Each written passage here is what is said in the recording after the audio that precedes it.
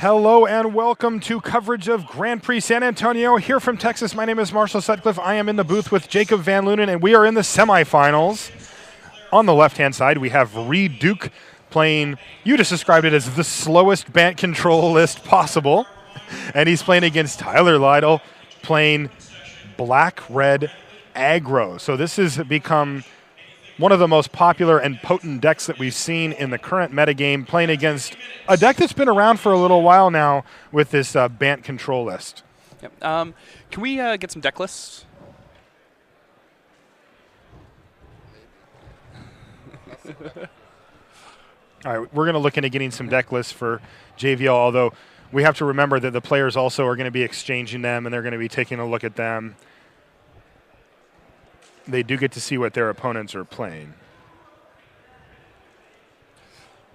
Now again, it looks like Tyler is mulliganing here.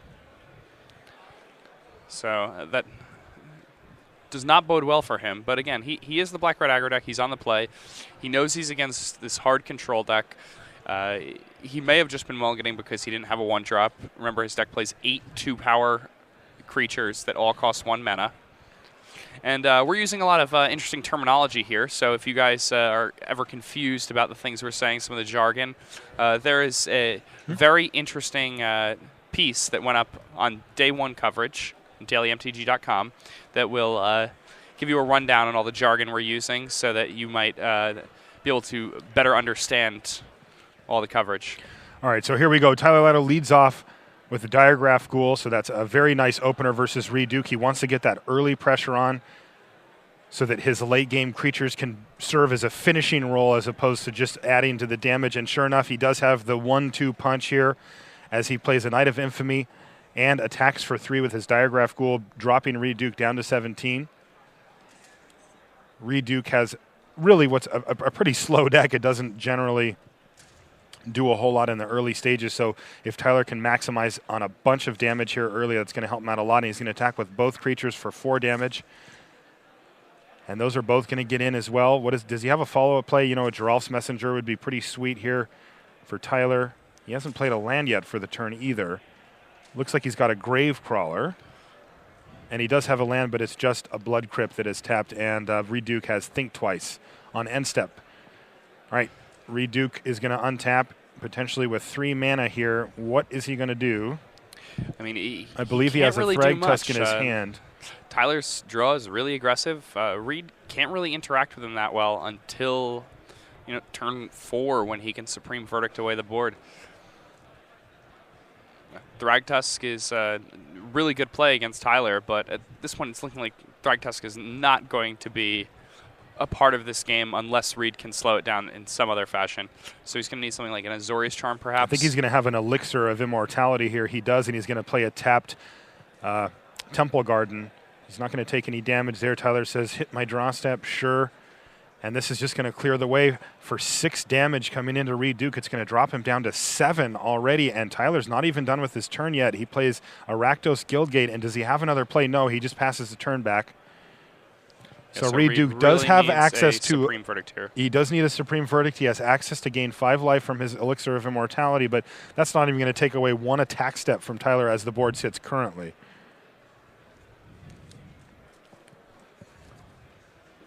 All right, so Reed Duke is going to play a Cavern of Souls, and he is going to play a Supreme Verdict here, and that is going to wipe away the entire board. Tyler Lydell has nothing now. And he does just untap, so no Brimstone Volley or anything of the sort. It's still a precarious situation for Reed, though, because we talked about this before. Almost all the creatures that cost 4 or more mana in Tyler's deck have haste, and there we see Falcon Wrath They either Aristocrat. have haste or do damage, yeah. So right now, Falcon Wrath Aristocrat attacks in, brings Reed Duke all the way down to 3, and also, we have to note here that Tyler does not have any other creatures, so that Falcon Wrath Aristocrat can be killed, but if Reed Duke spends his turn killing the Falcon Wrath Aristocrat, Tyler Lydell gets to untap. Yeah, and there's no way that Reed can do that except for a Detention Sphere or Supreme Verdict. Right. So, but at the same time, that Aristocrat is lethal, so Reed does need to find a way to deal with it either now or on Tyler's turn. Reed can gain 5 life That's going to put him back up to 8, and he could take 1 hit from the Falconwrath Aristocrat, but it's a really risky play as it's going to take half of his mana, and sure enough, it's just going to be another Supreme Verdict for Reed Duke, and he passes a turn back, so any number of spells for Tyler can win him the game right here. A Hell Rider would do it. A Searing Spear would do it. That's a Hell Rider, and he is going to attack for 3. There's a trigger on the stack, and 3 damage later, he has defeated Reed Duke in Game 1, and we're going to Game 2 right away here. Yeah, that was fast. Now, and what's interesting to note, though, is that game would have been entirely different had Reed Duke been on the play. Yeah. Wow. Yeah. That's one of the important things about when you're playing in one of these Grand Prix. Now that you get to choose whether or not you're on the play or the draw in top 8 based on your Swiss record, it really affects how things are going to play out in the top 8. It certainly does. It's interesting because they're trying to get an incentive that's worth it for people to keep playing down the stretch in a tournament, and this is right on the borderline. There are some decks that really, really care about going first. It's not as important for others, but it's important for every deck. It certainly is an incentive. All right, so let's take a look at the brackets here. Tyler Lydell is up a game versus Reed Duke here. In the other matchup, we have Matthew Prather playing against Conley Woods with his 4-color deck. We just had a chance to talk with Conley in the booth. He gave us a lot of good insight about how the deck actually works. He's playing against a black-red aggressive deck. He said basically what he told me was, as long as the black-red aggressive deck doesn't get the draw that Tyler just got, basically, yeah, then Conley feels pretty good about his chances. If he does get that draw, it's pretty tough, and it looks like Conley has just dropped game number 1 here. He was at 2. And it looks like there was some Hell Rider triggers that finished him off there. So it looks like we're going to be going to Game 2. And Conley Woods is going to have to find a sideboard strategy that is going to keep him alive long enough. It looked like he was able to resolve a fair amount of spells there. He had a reasonable board state going, but his life total suffered too much. Yeah, and there we saw Falconwrath Aristocrat. And, there's a card that Conley's deck does have a lot of trouble with. Falconwrath Aristocrat is quickly becoming one of the best cards in Standard. I think if you asked any of the better players in the room this weekend, the top 5 cards in Standard were Falconwrath Aristocrat would be a very common answer. What do you think the bad players would say? The best card in Standard was? Yeah. Sorin, Lord of Innistrad. Dorda Nothingness. Come on. So if you're just joining us, we're in San Antonio for the Grand Prix here. This is Standard, and we are in the semifinals. We just watched the very last turn of 2 different matches, of the last 2 matches that are going here, with Tyler Lydell defeating Reed Duke with his black-red aggressive deck, and we on the other side of the table we have Matt Prather, and he also defeated Conley Woods in Game 1 with his black-red aggressive deck. And so far, black-red aggressive has certainly been one of the top decks out here this weekend. We had a hunch that was going to happen. We saw it on Magic Online. It also won the last GP, and it looked like it was going to make a surge, and so far it has. It's proved quite resilient, able to punch through enough damage to get through a Thrag Tusk or a Centaur Healer, and so far 2 of them in the semifinals. Half of the tournament remaining is black-red aggro. And both black-red aggro decks up a game. And they're both up a game. Now, that's not super shocking, given that they likely are favored in Game 1 as well. Yeah, it's a Game 1 deck. It doesn't mean it's bad in Games 2 and 3, but it's definitely at its peak in Game 1 before people get to bring in a bunch of sideboard cards. Again, I've noted it before, but it's worth saying again. Can they still hear us? Yeah, they can still hear us. Okay, yeah. Conley's deck, much like Willie Edel's deck that we observed earlier this week, Falconwrath Aristocrat is one of those big holes. Mm-hmm. That card, Conley's deck is not well suited to handle that. No, he can throw a Restoration Angel in front of it for a turn, but that's certainly not a solution. Yeah, I think people would be wise to start playing some Tragic Slips. Mm-hmm. Okay. Rashad has something to show us. Let's see what it is. It looks like it's upcoming webcasts here for Grand Prix Lisbon. That is going to be next weekend, December 1st and 2nd, and I know that we have Big Z, Matej Zadelkai, and Zeman Gertzen are going to be the commentators for that. And then very nice. The week after that is Grand Prix Toronto. That's modern.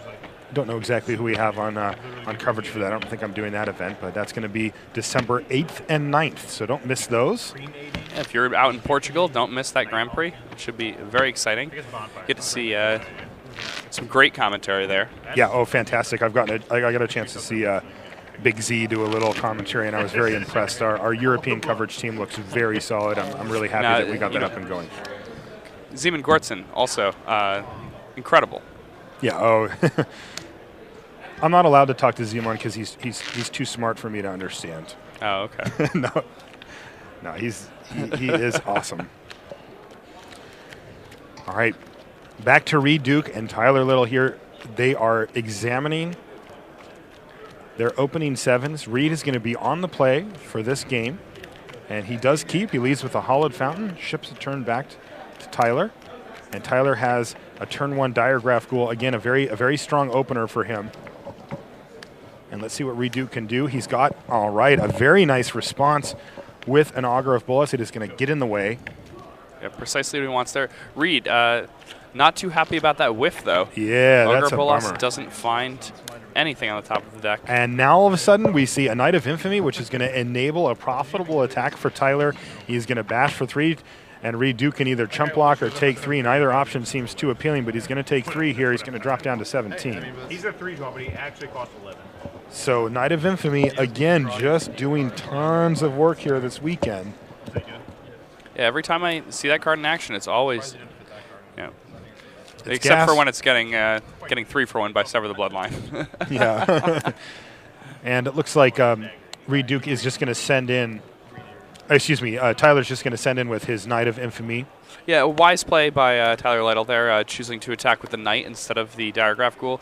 The Knight is protection from white, so it is immune to Azorius Charm, and he knows that card is in Reed Duke's list. There you go. Ooh, Appetite for Brains is going to target Nom, Reed Duke. nom. And sure enough, he's got to show him. He shows him a Sigarda, Host of Herons. He shows him a Supreme Verdict, a Restoration Angel, and is that a Terminus? I believe it's a Terminus and Detention Sphere to And then round there's out a that Detention hand. Sphere at the Yes. end there. So that's a pretty sweet hand, although it's a little land light here for Reed Duke. He does have the ability to Detention Sphere next turn. He decided not to on his turn, which is really the only play available to him there. And it looks like the Supreme Verdict is going to hit the bin here. It's also exiled, which can be relevant.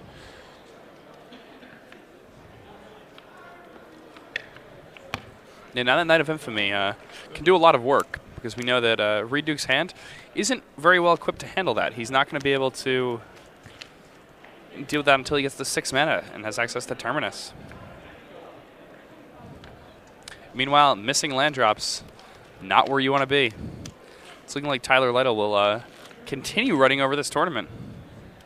Seems to be his weekend so far, but we've seen these things come to a crashing halt in the top 8 before. Definitely. And All right, so Tyler's thinking now. Reed Duke still hasn't played that Detention Sphere. He looks like he's got something else in mind, and Tyler's just going to Searing Spear away. Isolated Chapel, Kessel Front Swamp. The Augur of Bolas is going to open it up so that he can get in for 4 damage, basically guaranteed this turn. And he does just that. He drops Reed Duke down to 10. Does he have a follow-up play? He almost passed the turn, and he does say, nope, go ahead. Reed is going to draw a card for the turn. Is it a land? yeah, Tyler Lydell, kind of a bit of a tell there. May have another Diagraph Ghoul that he wanted to cast, but then He remembered that Reed had the Detention Sphere. Okay. Now, is Reed forced to Detention Sphere if he doesn't hit a land drop here and doesn't have any other play? All right, so he did find kind of a land drop with a Farseek. It is going to, result in him having a land this turn, but it's going to take up most of his turn to do, and it's going to come into play tapped here as he doesn't want to take any damage, plus it's tapped anyway for Farseek, so not the ideal turn for Reed Duke, but, at least he hit his land drop, and it doesn't look like he's dead yet. She's addicted to me. Almost. Tyler can play a red source untapped and play like Hell Rider. a Hell Kite or a Hell Rider. Yeah, Hell Rider, he wins. That's 3, 6, 7, 8, 9, 10, 11, 12, 13. And sure enough, he has it. And there's a Hell Rider, and it looks like he's going to win the game. Yeah, exactly. 3 triggers puts him down to 7, and then he hits him for 7 more, and that's it. And Reed Duke has been defeated by the black-red aggro menace that we've seen, just crushing everything. Tyler Lydell has lost 1 match on the weekend now. That's it. Only 1 match. Now, it was to Conley Woods, who's down a game, and we're going to try to jump over there and take a look at what's going on in the Conley Woods match here. He's playing against Matt Prather. You know, We see a Reed little Duke, bit of- very nice back-to-back Grand Prix top 8s. Yes, congratulations Just top to 8'd Reed. last weekend in Charleston. Now here, top 4'd. Yep. Who knows? Maybe next weekend he'll make it to the finals, and the weekend after that he'll win. That's right. He's just going to go for I the believe. batting the cycle here. But yeah, congratulations to him. Super impressive performance on back-to-back weekends. Great job for Reed Duke there. But Tyler is going to be the one that moves on to the finals. And let's take a look here at Conley Woods versus Matt Prather. For those of you just joining us, we are in the semifinals here in San Antonio. I'm Marshall Sutcliffe. I'm in the booth with Jacob Van Luden. And we already have one finalist. It's Tyler Lydell. He just defeated Reed Duke. And now we are looking at, I believe, game 2 here of this match. And Conley Woods was down game 1 when we last checked in on him here. Left side of your screen is Matt Prather, and he is playing red-black aggro. Again, we've seen it time and time again. The deck is very resilient. It's very strong. It has a nice clock, and it can put in enough damage to get through something like a Thrag Tusk or some amount of life gain. Conley's deck, on the other hand, he calls it 4-color stuff. And, he said it evolved from kind of he wanted to run Rakdos, the card. Lord of Riots. Yeah, not the along deck. with Geistcaster's Rig, because it's free if you hit them with Rakdos, obviously. Yeah. But he says it moved away from that a little bit, and now he's just got basically a bunch of 2-for-1s and a burial right to get back the 2-for-1s. He's tuned the deck for the meta game coming in. He says, he really wanted to make a deck that would just be excellent versus the meta. He felt like he had a reasonably good grasp on the meta when he came in because, we did have some Magic Online results plus GP's Charleston last weekend. And and we'll see if post-board he can come up with a victory versus Matt Prather here. Conley did tell me when he was in the booth just a little bit ago that he doesn't feel like he can beat the black-red deck. Is Conley going to 6? They're both going to 5. He can't beat that deck unless the deck has a somewhat slow start, and unfortunately Conley Woods is now going all the way down to 4 cards. Does Matt have a keep here? I don't know. I think he's just got a 1 swamp hand. Yeah, I believe he just has a 1 swamp hand here, and he might. I don't know if he's still thinking or if he's decided to keep, but some players just really hate going down to 4. He's got, I think, double Geralf's Messenger. I don't think it's unreasonable to keep that. Okay. You're on the draw. Uh-huh. You have 1 land. You're on 5 cards. Mm-hmm. He's got Pillar of Flame, Searing Spear, double Geralf's Messenger, and a swamp. Yeah, okay. Like, shuffle that hand up and discard a card at random from it. And if you don't discard the swamp, it's a keepable 4. Okay, fair enough. Right. Yeah, going down to 4s, it's brutal. Yeah, I mean, and I don't know if I No, I agree with that. but I'm about. And it does look like he has indeed kept, and Conley, with a flourish, lays down his deck. He is going to be on the play. Oh, snap. He hasn't cut his deck yet, but now he's going to. So we have the confirmation, I guess, the physical confirmation here that he has kept. now the ideal 4-card hand for Conley, what do you think it is? Is it 2 lands, a Farseek, and a Huntmaster? Something like that. 4 lands, baby. 4 lands would be There's sick. 4 cards. And we that's see Olivia definitely Voldaren, 2 lands, and a red spell. So that's actually a pretty reasonable opener. He's hit another land tier. You definitely just want to hit lands. He doesn't have a black mana source. Is that a Huntmaster as well? And a Farseek? I think he's going to get turn 3 Huntmaster here on the play. the turn. He could also play a Olivia Voldaren if he wanted. Did he just Searing Spear his face? Yeah, he decided that he wanted both players on 4 cards. So why Fair would- game. Fair game. So why would Matt do that? Let's make it fair. Come on, man. It seems like a sketchy play, but all right. He's going to play a No, I Blood mean, Crypt also- untapped, and he's going to run out the Geralf's Messenger. Does he just figure that Conley doesn't have anything, and he can Yeah, just... Conley went down to 4 cards. So he just wants to He knows beat him? that Conley's deck is much more powerful in the mid to end game, and if you let Conley draw out of this, he's gonna Matt's gonna stumble too because he mulliganed a 5. So he just wants to get him dead as fast as possible. He's hoping that Conley just And Conley does not have an untapped mana here to Wait, be able what? to That play can't, either that of comes his into play 4 drops. untapped. Yeah, he has a Blood Crypt. Oh, it is untapped. Yeah, why did he play that tapped? He's got a mountain in the form of a Blood Crypt, so he could have played it untapped. I think Conley might have just noticed it. Uh-oh. He had already passed Yeah. a turn, though. He could have played Huntmaster. That would have. It Oh, looks man. like they're discussing the situation here. This does remind me of the Jerry T thing. What Jerry T thing? Remember from yesterday I was telling It you should how- probably be untapped, but he had passed a turn, so even if it is untapped, he's not going to be able to resolve a Yeah, creature when you here. pass the turn, Oh, man. it's just. Pretty devastating here, as hitting that Huntmaster a turn earlier would have been really big game, as now Matthew has followed up with another Geralf's Messenger, and he is just laying a ton of damage down here. Yeah, and That's unfortunate. All right, Pillar comes in and. Pillar is going to take out the Wolf, and Conley is forced to block, take out the Huntmaster, and Conley's forced to block with the Wolf. He's going to take 5 damage this turn, even with that block in place. And it looks like Matt Prather is going to be able to move on potentially here. I see that he's also got a Searing Spear in his hand. But Conley does find another Huntmaster that fells to give him a cushion here, so he's not gone yet. Back up to 9. Matt is going to just Searing Spear the Huntmaster on his end step, and he's going to draw a Blood Crypt. He's just going to battle with both. Conley is going to trade off his Wolf token. Yep. It's going to Hoping put him to back top deck down a to 7. Bonfire here? Yeah, he also has Terminus. Yep, I don't know if can he's top got deck another land in his hand. He can Miracle a Terminus, or he can hit a Bonfire here. I don't think. Both I those think are Matt's very out of gas reasonable. here, so this is A actually a land is reasonable Mizium Mortars, situation. I think. Yeah, I think that's a locks it on Smiter this time though, which Yep, Mizium Mortar's one of them. he does Mizium Mortar, so he has actually stabilized here. Although he is in a he's at very 3. very precarious spot, and it is going to be a victim of night off the top, and Matt Prather is going to advance to the finals. Yeah, so and I we're mean, going to Conley, have. if he had played that land untapped, would not have been in that situation. Yeah, it's unfortunate that it played out that way. I might be able to get a word from Conley, but sometimes you just make a mistake. You just Yeah, it didn't- happens. Yeah. So it looks like we're going to have a pretty sweet finals here. It's the black-red aggro mirror match. No, it was green-white versus black-red last time. Yep.